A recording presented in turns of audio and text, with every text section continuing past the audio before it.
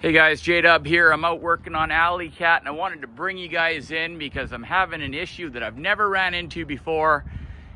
That tire right there will not come off. As you can see, I got the big pry bar out here, 3-pounder. I've been pounding on that thing and it is seized. I keep going back and looking at the lug nuts thinking that I missed one, but I've got them all. And I've been hammering on this sucker. I've never had a rim be so stubborn.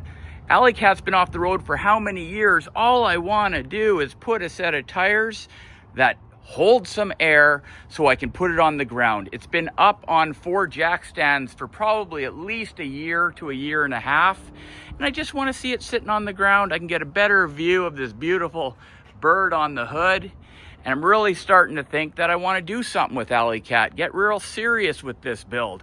I've already put the 5.3 LS in. Well, it's kind of in. I need an oil pan and a few other parts to make it fit, but I was just mocking it up.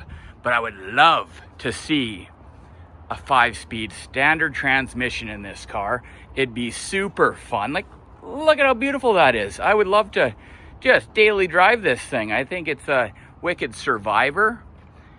And it needs to be back on the road. We got the T-tops, which is awesome in my books. But anyway, back down to this stubborn old girl. I don't know what else to do besides just keep beating on it. Well, without any better ideas, I guess that's what we're gonna do. So, stand back.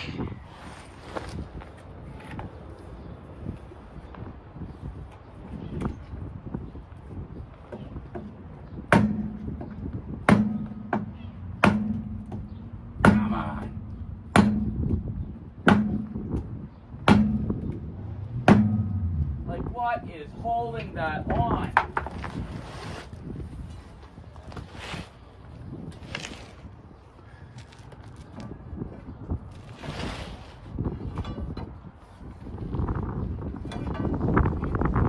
Just nothing to cry on.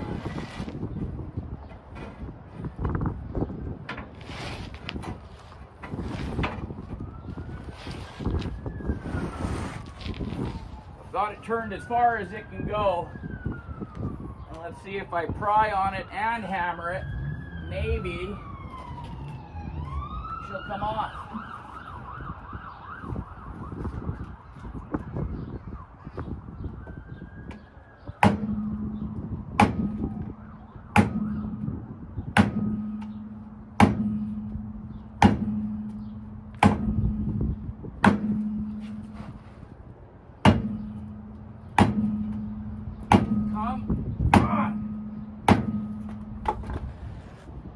What is going on?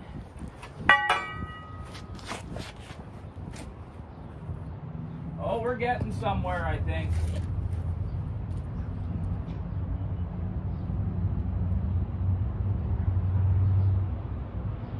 Oh, I see what it is. The hub diameter on the rim is like size for size. These are original rims. And this aluminum or magnesium, whatever it is, has just grabbed a hold like I've never seen before. But might have to repack the bearings.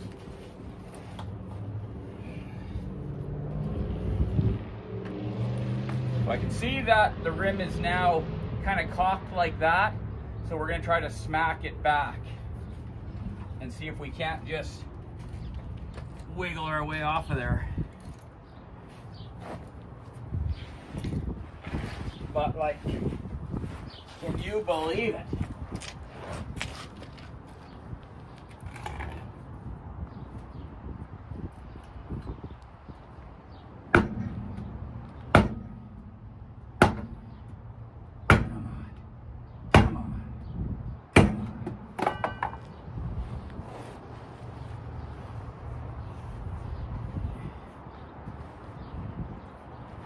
It's coming.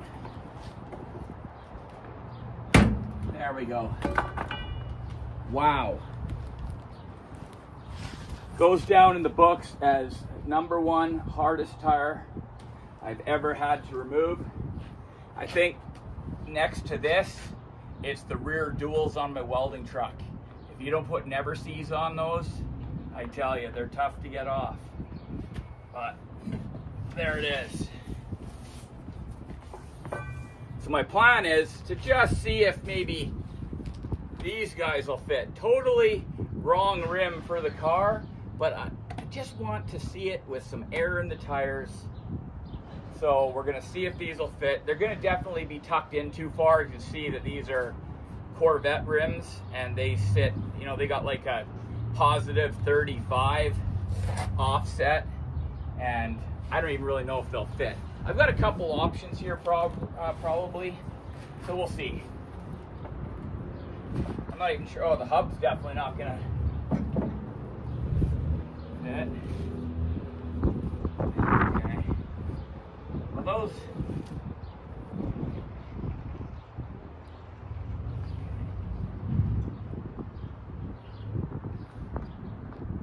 aren't gonna work.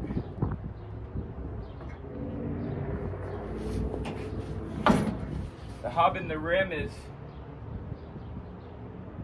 too small, or the center cap's in the way, one of the two. So let's try again.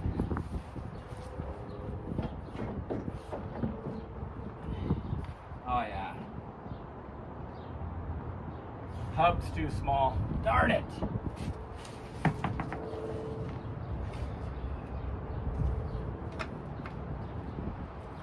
Well, let's see what else we've got to try.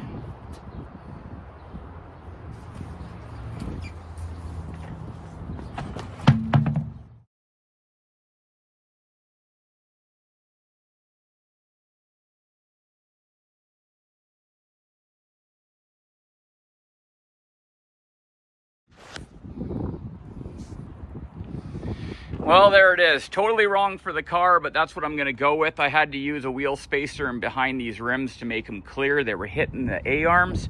I tried these. They fit even worse. So I think I'd rather put these on if the wheel spacer would have been a little bit thicker, but because it's not, I needed the extra diameter. So that's them.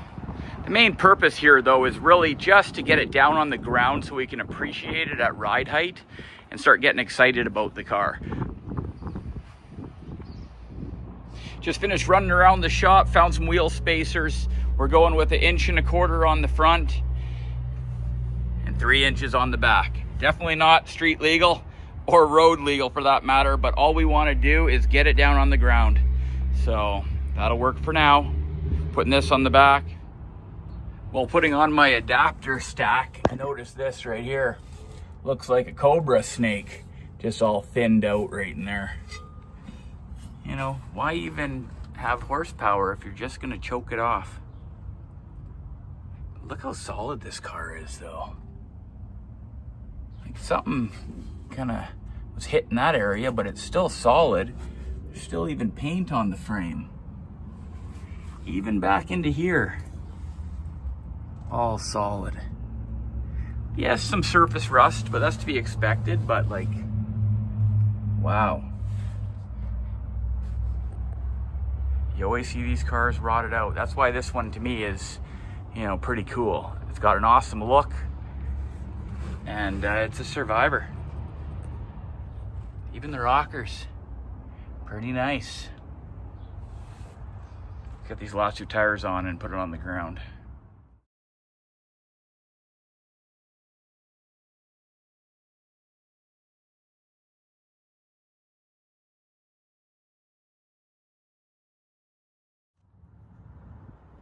I'm laying under Alley Cat to take these stands out so we can put the car on the ground. And I noticed this right here.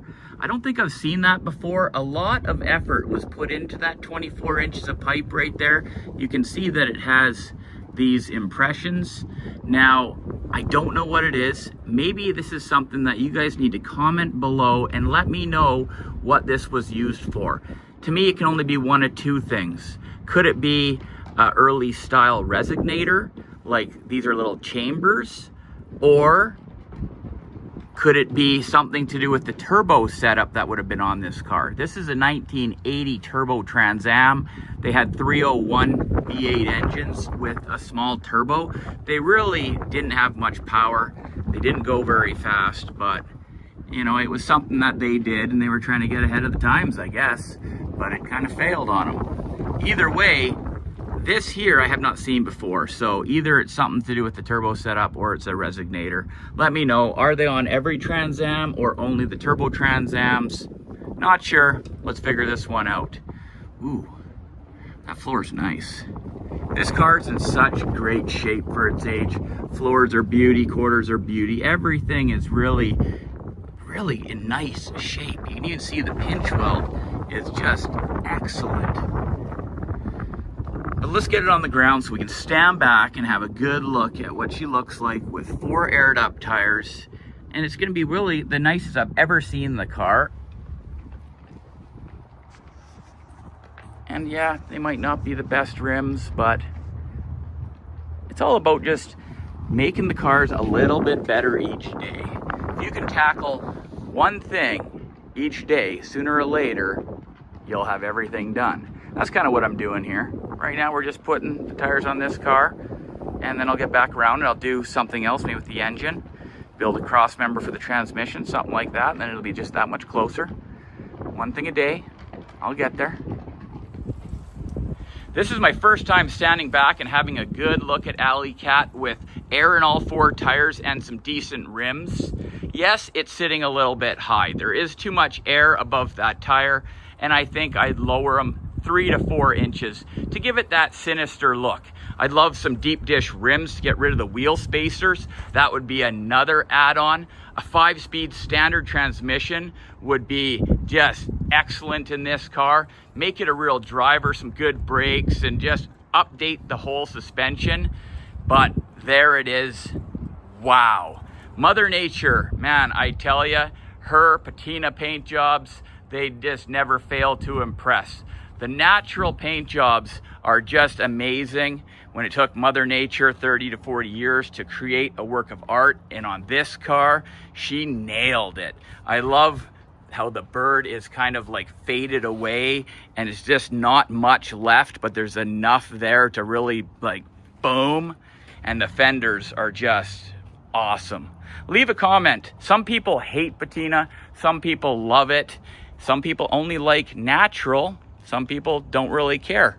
What do you guys think of Alley Cat's Mother Nature created patina paint job? Let me know in the comments. And I guess another one would be, are you a glossy guy or a flat guy? I like the gloss because that's what I see after it rains. The car is shiny and the colors stand out more.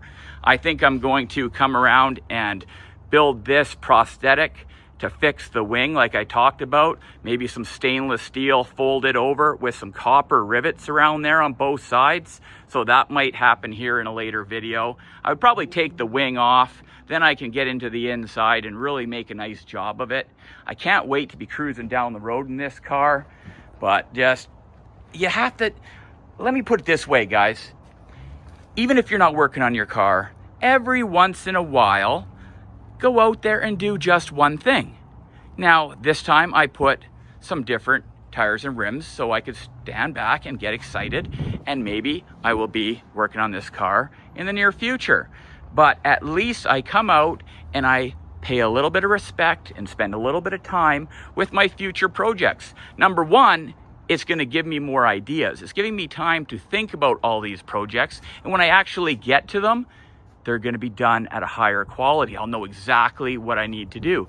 I go over and spend a little bit of time with the Dubs van, and all of my hot rods out here get a little bit of attention. Look, I'm giving Goliath some attention right now. Jesus, who puts the broom on the side of my hot rod? Oh, that was me. Anyway, I'm going to end this video off here. Like always, like and subscribe. I really appreciate it. Be safe out there. Peace. See you on the next video. Kustoms, wild creations, screaming thunder, no hesitations, building giants with no justification in the valley.